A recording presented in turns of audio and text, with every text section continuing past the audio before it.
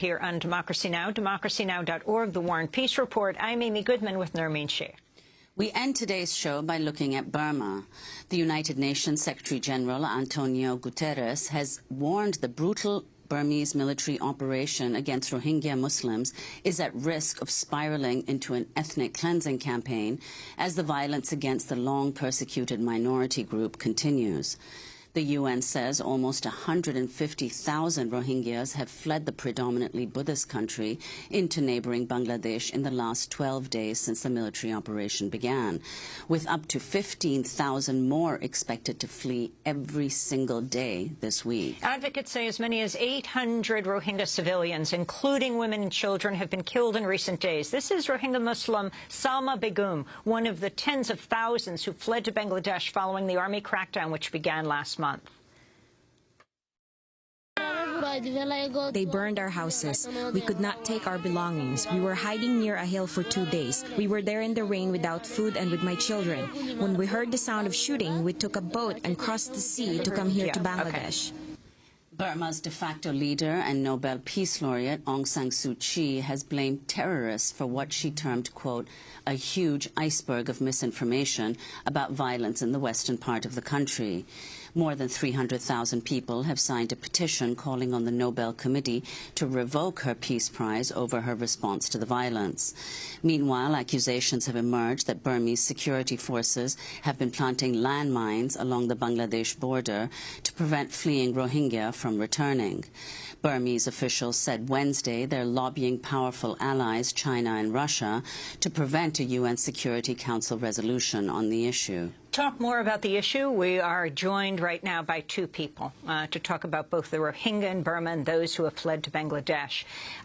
In London, Tun Khin, president of the Burmese Rohingya organization in the UK, born and brought up in Burma's Arakan state in 1982, rendered effectively stateless along with 1 million other ethnic Rohingya under a new nationality law. Here in New York, Richard Weir, fellow in the Asia division covering Burma at Human Rights Watch, based in Burma last year. We welcome you both to Democracy Now! Tun Khin, what is happening to the Rohingya, to your people? Explain for a global audience who may have never even heard of that word before, the Rohingya Muslim minority in Burma. Rohingya people are native people of Arakan state. They're living in Arakan state early 7th century AD according to the history. After we got independence from British 1948, Rohingya were recognized as an ethnic group of Burma. On that time, Rohingya parliamentary members and MPs are there. According to the history, Rohingya were living the early 7th century AD. The thing is, Burmese government systematic persecution started in 1962 when General Nemu took power. So that what we are facing today is the last stage of genocide. Rohingya been stripped of their citizenship, stripped of their ethnic right. They were not allowed to move from one village to another. They are not allowed to get married. They can't go to higher education. That's what we've been facing many years in our kind of states. What's happening now is since 25th August, Burmese military launched attack when some Rohingya militant attacked some police posts. So by taking that excuse, Burmese military targeting the whole Rohingya population. According to our information we received from Arakan state, at least 3,000 Rohingya been killed, shot dead and slaughtered, and including elderly men, women and children. We are receiving information that many children been thrown to the fire. Burmese army continuously burning down Rohingya villages until today, and some sources are saying death toll could be more than 7,000, and thousands of Rohingya houses burned down. According to the information we receive, in 180,000 Rohingya IDPs, humanitarian crisis is growing in Arakan state. 30,000 Rohingya been trapped in a mountain. There is no food, no shelter, no medicine for them. And it is very horrific situation we are facing in our history, that should not be happening in 21st century, where death toll is increasing and children are dying day by day. Is a quite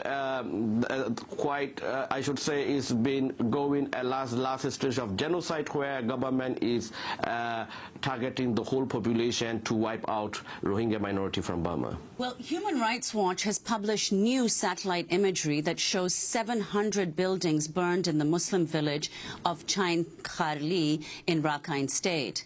The imagery shows that 99% of the village was destroyed. Now, we're also joined by Richard Weir, a fellow in the Asia Division at Human Rights Watch. You were based in Burma last year. So, first of all, tell us what this satellite imagery showed. Right, so this satellite imagery shows that a village primarily occupied by the Rohingya population is completely destroyed. So the damage that we're seeing is consistent with burn damage. And that's something that we've only been able to see one village out of 21 unique sites that we've identified where there have been active fires. And so this is just sort of a small window into the sort of destruction that's occurring in northern Rakhine State. Well, what's happening now is reportedly unprecedented. I mean, despite the fact that the Rohingya minority has been targeted for decades, it's unprecedented in terms of the sheer violence and brutality that's been deployed by the Burmese security forces. Could you explain why this is happening now? Well, as we've been discussing, the Rohingya population has been discriminated against and attacked on various occasions throughout many decades.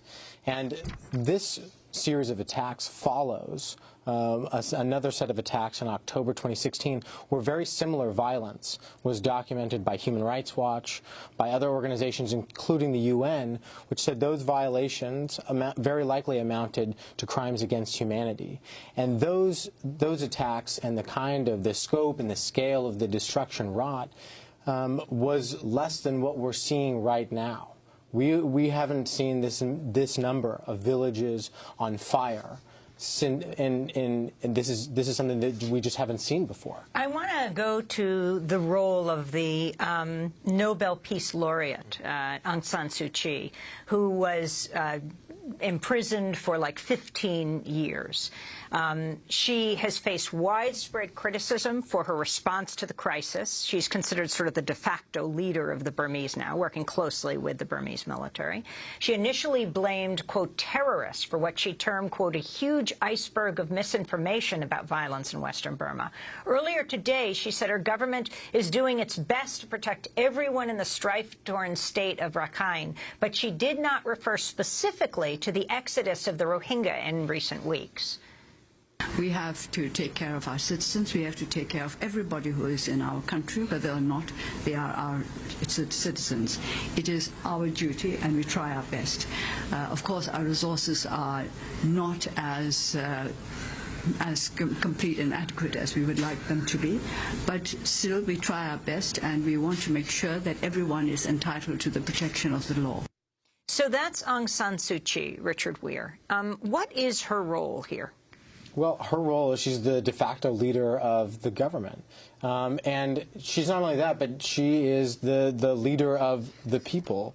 And as a former lauded human rights advocate, she needs to do more, not just as an advocate, but as the leader of a government that requires the protection of all the people in the states. And frankly, her comment that they're doing all that they can is not borne out in our research.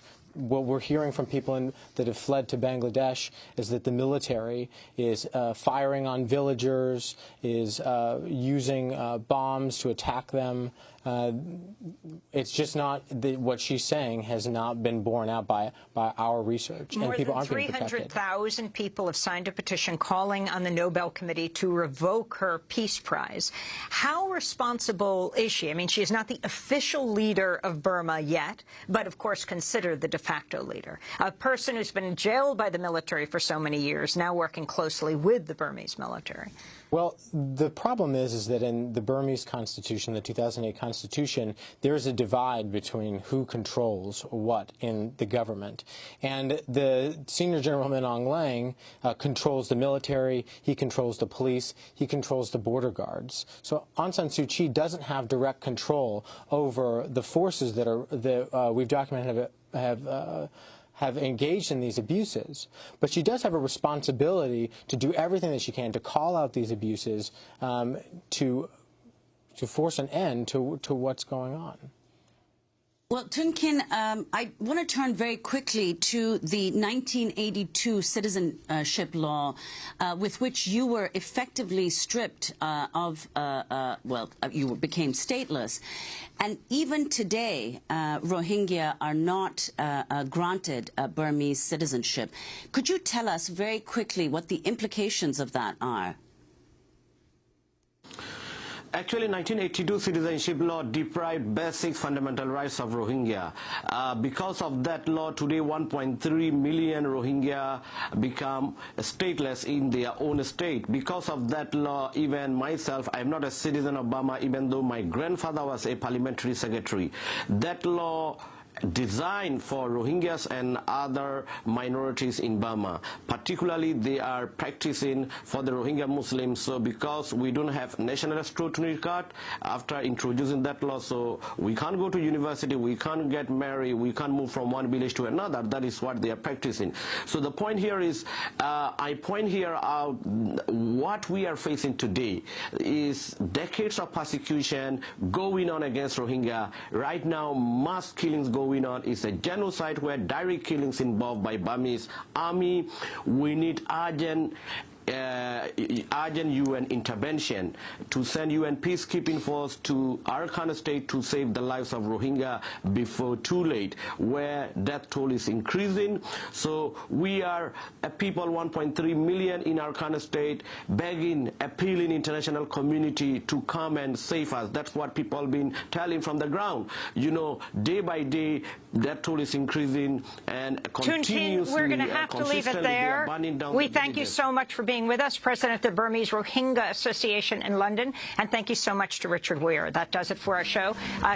Tonight in New York, Juan Gonzalez will be unveiling his book at the New School. We hope everyone will come at 7 o'clock. Check our website. I'm Amy Goodman with Nermeen Sheikh.